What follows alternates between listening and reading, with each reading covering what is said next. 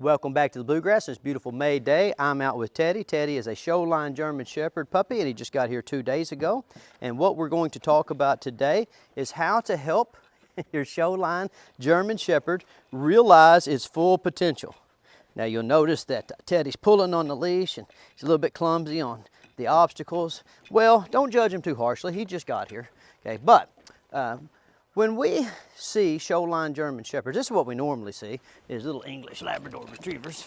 Okay, but when we see these show-line German Shepherds, we have two overarching concerns. Number one is we want to make sure that we help prevent any, what people nowadays will refer to as reactivity problems later on in life. In other words, these dogs have a tendency when they go out to put people and other dogs into kind of the bad guy category, okay? They just have a naturally low suspicion level, and when that suspicion level is met, they have a tendency to bark and carry on. Well, when they bark and carry on, people are scared, and it kind of reinforces the barking, right? From the dog's perspective, if you go out and you're scared of something and then you bark at it and it moves away or has a big reaction, well, you've just kind of protected yourself, maybe protected your handler, okay? Which is what a lot of people like about German Shepherds. They kind of like the fact that, you know, they're kind of guard dogs. But by default, if a dog is a guard dog, it has to guard you against something, and the problem for suburban life is that their definition of that something that they need to protect themselves and their families from is pretty broad. And so our job, come on nerd, our job is to socialize the dogs in such a way is that we help them develop the largest and broadest possible definition of what constitutes possible friendly interactions. Okay, in other words, we want to help these dogs really develop a positive outlook on meeting new dogs and new people. And this little guy here, he's already went to the vet and barked at all the vets and, you know, carried on. And so that's going to be a big thing for us. Now, the second thing that we really focus on when we have these kind of dogs with us is we really try to focus on helping them like realize their full physical potential, because kind of the way they're built oftentimes leads to injury. Okay, I don't know how to put it any better. I mean, like, look at this dog, and you kind of see, you know, see the angulation in this dog here, right? Okay, now look at this dog and see how this dog's a lot more like square and stoutly built, very nice for a strong dog. This one, if I touch on it, if I push on it, if I move on it, you can kind of see, let me see if I can do this from the back. You can kind of see where, see how it's kind of like wavy when I push on it? Okay, it's just a little bit unstable, okay? And so to help this dog, you know, overcome the leverage disadvantages that kind of go along with that excess angulation, we want to make sure, come on nerd, we want to make sure that we do a lot of proprioception work. In other words, we want to teach the dog how to use its body in relation to the environment. Okay, so for those of you familiar with our channel, you'll know what I'm doing right now is I'm working on our basic obedience program. And from our perspective, basic obedience, exercise, and early socialization pretty much heads off any problems that one might have with the dog. It's especially true with these German Shepherds, okay? Now, what this dog wants more than anything, okay, is to get done. You see how it's pulling on this leash? Right now, this dog views being on the leash as getting in the way of interacting with these other dogs and having a good time. But I want to make sure that this dog understands that the way it accesses other dogs and fun activities is via compliance with my expectations, okay?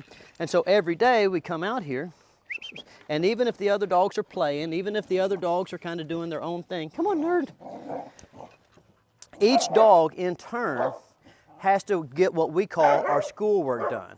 So we have some basic vocabulary that we work on. Around here we use a very conversational vocabulary. Come, let's go, hup, easy, wait, and stay. And we want to make sure that the dogs are able to implement that vocabulary under a broad range of physical conditions. So we work them on this small challenges course in anticipation of being able to take them out into the world and put them in more real life situations, okay? And so you can see this whole time during this obedience lesson. This dog is fighting me, okay?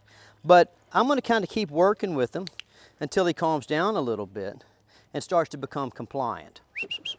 Each day, I'm going to ask him to do the course a little bit better, and I'm asking him to be a little bit more compliant, a little bit more patient, okay? And after I get my compliance, after the dog's shown me that he can be calm, confident, polite, okay, then what I'm going to do is I'm going to allow him to access these other dogs, and we're going to do the kind of stuff that helps him make friends and build relationships. Okay, so all I'm going to do here, since this is he's only a couple sessions in, is I'm going to see if I can get him just to sit up here and be kind of good, right? Just be calm and quiet. Now notice the difference between this Labrador Retriever and this German Shepherd puppy. Okay. This German Shepherd puppy is looking off at the other puppies because he feels, again, like paying attention to me or the leash is what's standing in the way of him having fun. Now this Lab understands that I'm the key to unlocking the fun. Okay, so what I need for this dog to get off of work is for him to realize that I'm important. Okay, and I'm just going to kind of wait here, and I'm going to fool with Riot for a little while, and we're going to see how long it takes for Teddy to realize that I need to be kind of the center of his attention right now. You're a very good dog, Riot. You're a good boy. Now sometimes when you guys are watching dog trainers on YouTube, if you have a German Shepherd, you'll be watching lab trainers, and the lab trainers are having a lot of success with the food work. Okay? Listen, unfortunate reality is that it's very tough to get the same results using food work protocols with the German Shepherd as it is with the Lab. You know how some people, the old saying is, some people live to eat and some people eat to live. Well, that's the same thing with dogs. So these German Shepherds, they eat enough to live, but it's not like they get up every day thinking, man, I can't wait till somebody comes along and starts passing out those good treats. Where these Labs get up every day and they're like, man, if I could just get some attention and I can just get some love and I can get some food, man, it's gonna be a great day, okay? So, you gotta be really patient here. Remember, our goal for the day is to help Teddy start to realize his full potential. His full potential will never be realized if he doesn't internalize the relationship between being calm, attentive, and polite and gaining access to things in the environment. And we have to give him access to things in the environment so that he can broaden his definition of what's a normal part of life. Okay, so we don't mind dogs being guard dogs if they're guarding us against something that's actually dangerous. But unfortunately, a lot of times dogs like this, they just don't get enough exposure to the world to truly understand what is and is not a threat to themselves or their family. Okay, so I'm just going to wait here. Very nice. Very nice. Now, I am getting a certain level of compliance right there. He's not pulling on the leash anymore, okay? And he's kind of turned his body to me, okay? But he's not really looking at me yet. And I'm not the kind of person that needs a dog to stare at me all the time, and I kind of preach against that, okay? But I do want to be acknowledged as the person who is in charge of making sure the good things happen, okay? So we're going to take Teddy for a walk, get him some good exercise, and we're going to let him play with all his new friends, okay? But it's going to come after he pays attention to me. And that might take, well, this video might be a little boring, right? Because it might take a while. Very nice.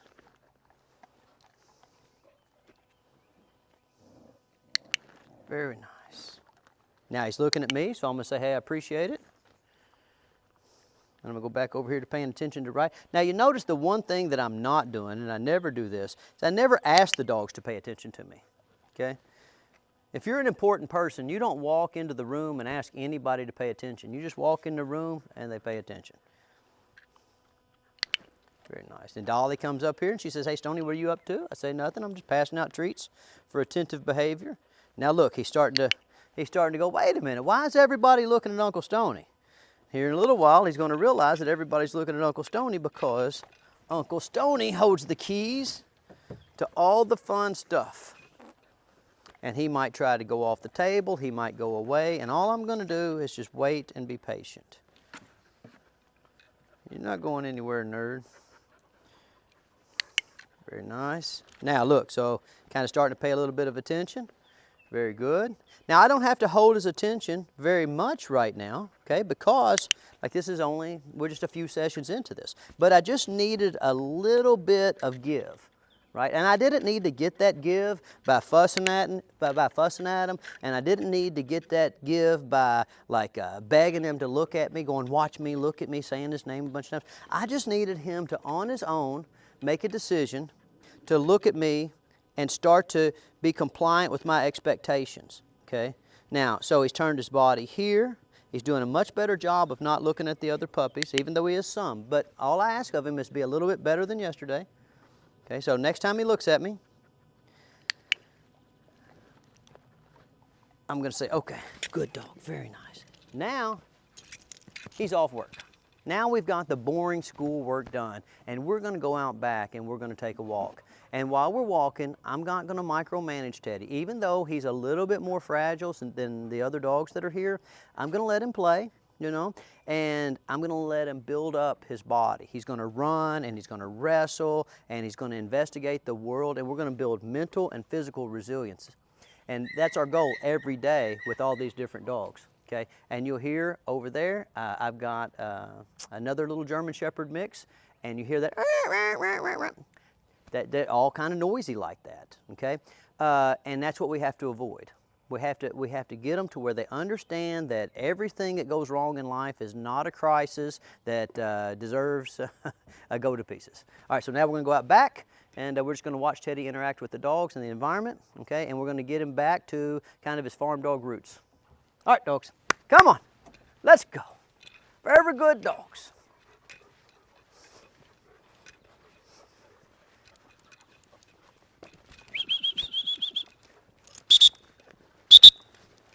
Come on, come on. Come on, dogs. Oh, what very good dogs. You are very good dogs.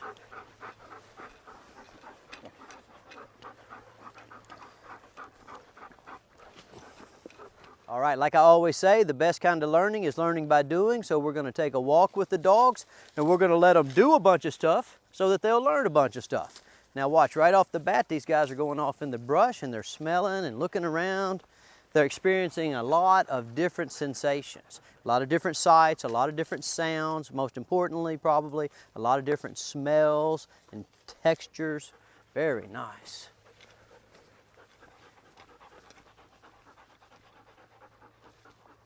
Now, one of the things you'll run into a lot when you're out hiking with your dog is that they'll run up on some plants that they want to gnaw on, or you know, they're gonna find some deer poop or some rabbit poop. And here's the reality, guys. You're not gonna keep your dogs from eating a little bit of rabbit poop, you know. So don't die on that hill, you know. Like, just get out and get moving, and keep your like interference. Save that for something that's really important. Those dogs get a little bit distracted. I'm just going to walk farther away. And when I get a little ways away, they're all going to look up and they're going to go, hey, wait a minute, where's Uncle Stonnie? And they're going to come running and they're going to find me. Because again, I'm trying to make these dogs understand that I am the one that unlocks the key to all the fun stuff. So if I come out here and I look important while I'm hiking around, they're going to treat me like I'm important. Very good dogs. Oh my gosh, they're very good dogs. All right, cameraman, if you want to swing around in front of me because of the sun. Okay. All right.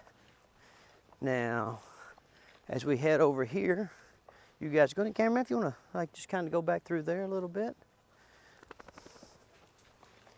Okay, now where you really gonna like find a lot of fun when you're out on your hikes is just a little bit off of the beaten trail. So you'll notice out here in our pre-adventure area, we have everything pretty nicely mowed, but the dogs all kind of, they kind of move out on the edges of the trail system. Okay, they don't just stay where the mowed grass is. Let me see if I can call some of them back.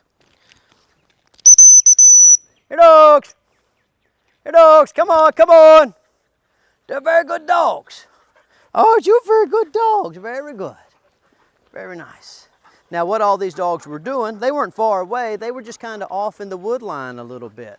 You know, now if I want to keep their attention, I'm gonna have to like do interesting things myself.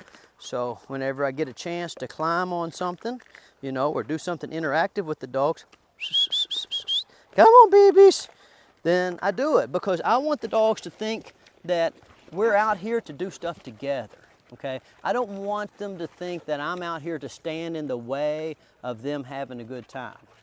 Now look and see, look over here.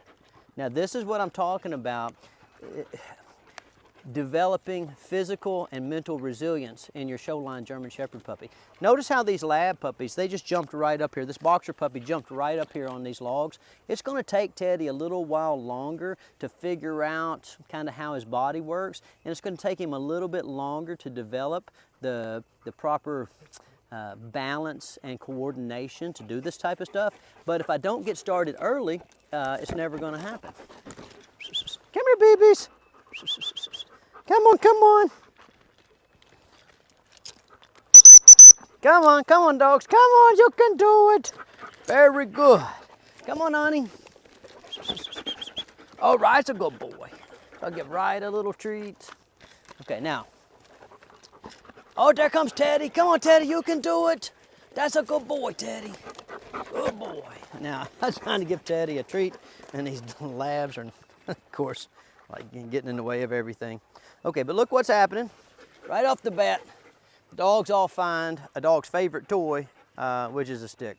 Okay, so whenever you go to thinking about, you know, like taking sticks out of your dog's mouth, when you're out and about, okay, like when you start micromanaging your dog's ability to pick up sticks and run around, that dog ain't gonna like it, right? Okay, so you gotta kind of think about the fact that dogs go through exploratory phases with their mouth, you know? I mean, they don't have thumbs, they can't be picking stuff up. So they have to kind of put their mouths on things. They put their mouths on each other, they put their mouths on sticks. And if you get in the way of that, at a young age, then like, you don't let them develop in a natural way. When, you know, caveman days were around, the caveman wasn't out telling the wolf cubs that they couldn't pick up a stick, right? Okay. These dogs get so much pleasure out of playing with these sticks out here. And you know, every once in a while you'll get one that gets a splinter in their mouth, but that's not a big deal because when we go back to the kennel, you know, I always do a cursory physical exam on the dogs, and you know, and I look in their gum lines, and if they've got, you know, anything in their mouth that's not supposed to be, well, then I take care of it. Oh, that's smart dogs. But look how they just love that old stick there. Teddy's just hanging out. All right. Okay. We'll go around this way, cameraman. Very nice. Oh, you got a big stick. Go get that big stick.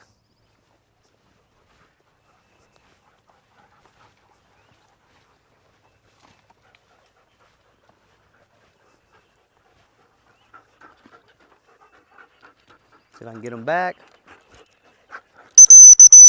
Come on, dogs. Come on, babies. All right, let's see if you can get Teddy as he comes back here. Now, one of the things I want you to notice about Teddy is that when he's running, kind of a little bit floppy.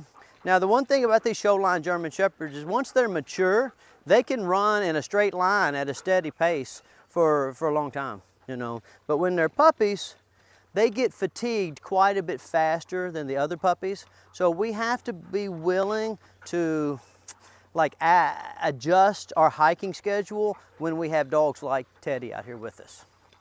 Now it's 86 degrees today, so I mean that's pretty hot for a dog, but it's not horrible. But once it gets up into the 90s, we'll have to make a big adjustment for Dolly the boxer because she's a brachiocephalic breed, and she has a, you know, they have a little bit of trouble with getting enough air, you know. So the different types of dogs, you're always thinking about how you're going to help them maximize their potential. But this right here is, in my opinion, what helps the German Shepherd. Come here, dogs. Come here, Teddy. Helps the German Shepherd maximize their potential the most because we're heading off the two most obvious and well-documented problems that they run into, which is the fact that they can be a little bit barky and, you know, overreactive to novel stimulation in the environment, and the fact that this little bit of excess angulation has a tendency to, you know, kind of cause some musculoskeletal issues. Very nice. Okay. All right, let's walk down this way. Oh my gosh, I found another stick. You're a smart dog.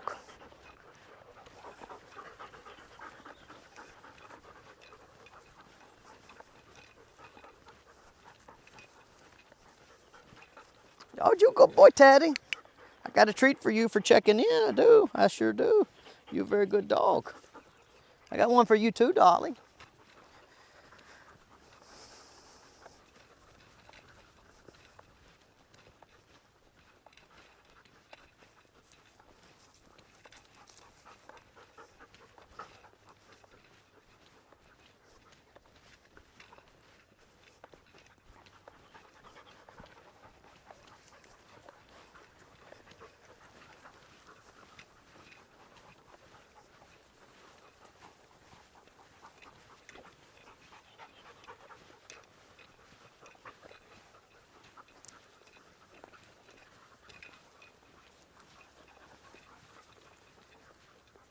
Okay, cameraman, if you want to swing up that way.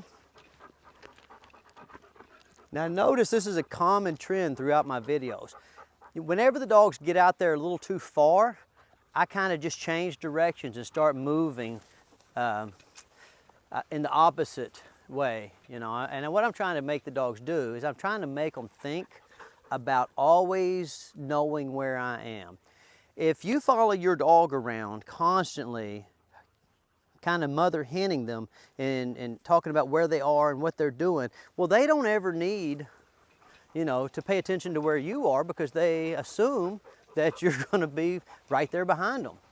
I try to take the opposite approach in that when I come out here, I want the dogs to think if they don't pay attention to me, I might get away from them, and if I get away from them, they're probably going to miss out on something that's fun. So just like up on the Small Challenges course, where I made Teddy's access to the other puppies in this walk dependent upon him showing me a little bit of deference, okay? When I'm out on a walk, I do the same thing. I make their access to the continuation of the walk and their participation in all the activities contingent upon knowing where I am, upon checking in. You know, think about it like this.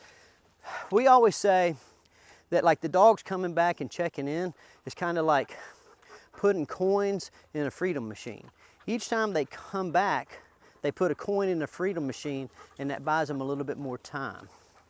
And if you can convince your dog that you're the key that unlocks access to all the fun stuff, then there's not much in the way of compulsion or micromanagement that will need to be brought into play in your hiking situations. Very nice dogs. Oh, they're very good dogs.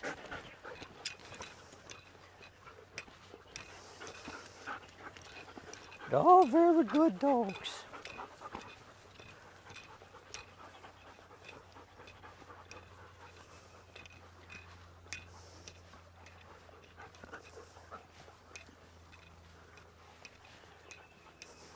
All right, so now I'm just going to come over here and sit down, take a little break. In a minute, I'm going to start a fire and burn that old briar bush there, do a little campfire safety training. Okay. But this is really important what we're doing now.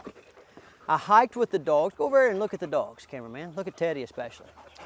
I hiked with the dogs, and by hiking with them, I exposed them to the whole environment, and I made them understand that I'm not trying to keep you from having fun in the environment. If you want to go explore in the forest, if you want to get off in the brush, if you want to pick some sticks up, that's pretty cool. I would just like for you to keep an eye on me. Don't go so far that, that you can get yourself in trouble. When I was a little kid, they used to tell you, don't go so far that I can't holler for you. okay? I thought that's fair, you know, and I think it's fair with the dogs. And I have a few things that I have to work on. Mainly, I have to do some campfire safety training with the dogs, and I have to burn some brush that we've been clearing out here in the pre-adventure area. And while I'm doing that, I need to know that the dogs are going to be safe. And the way that I got them all to come over here and chill out and be safe was with the exercise and the socialization. Okay? So, to wrap this video up, kinda, if you want to help your show line German Shepherd realize its full potential, okay, it really ends and starts with basic obedience, proper socialization, and plenty of exercise. And a lot of times when you have a breed of dog that can be a little given towards injury or a little given towards reactivity, you kind of put yourself in a position where you avoid situations where they learn to not be reactive. You avoid putting them in situations where they physically stress their body so that their body can adapt and develop the proper muscle, connective tissue strength, and bone density required to, you know, ward off injury in the long run. Okay? But don't avoid it, guys. If you have a dog, any kind of dog, but especially a dog that's a little bit reactive, you know, as a breed, or a little bit on the injury prone side, it's super important that you get out in the developmental stages, get your basic obedience done, get proper socialization. And when I say proper socialization, go out every day looking to make a new friend, to have a new experience, to build another long-lasting relationship. Really open up your dog's perspective on what the world has to offer in terms of positive interactions, okay? And then exercise them. And the more that you exercise them, and I say this over and over and over again, you know, a tired dog is a good dog. And I mean, look at all these dogs. They're all just laying around being perfect. I didn't have to tell any of them to stay. I don't have any leashes on them. I'm not bossing any of them. I don't have to fuss at them. I'm going to get my work done without the dogs getting themselves in trouble because I did what the dogs needed first, okay? And if you just think about that, you're going to end up successful regardless of what kind of dog you have, but you're going to be super successful if you have a dog that's given to, you know, socialization issues or physical development issues. Okay. All right. So post your comments in the comment section below. I look forward to hearing if you agree or disagree with my approach to raising a show line German Shepherd, and I will see you guys next week. Very good dogs. You are very good dogs. Oh my gosh.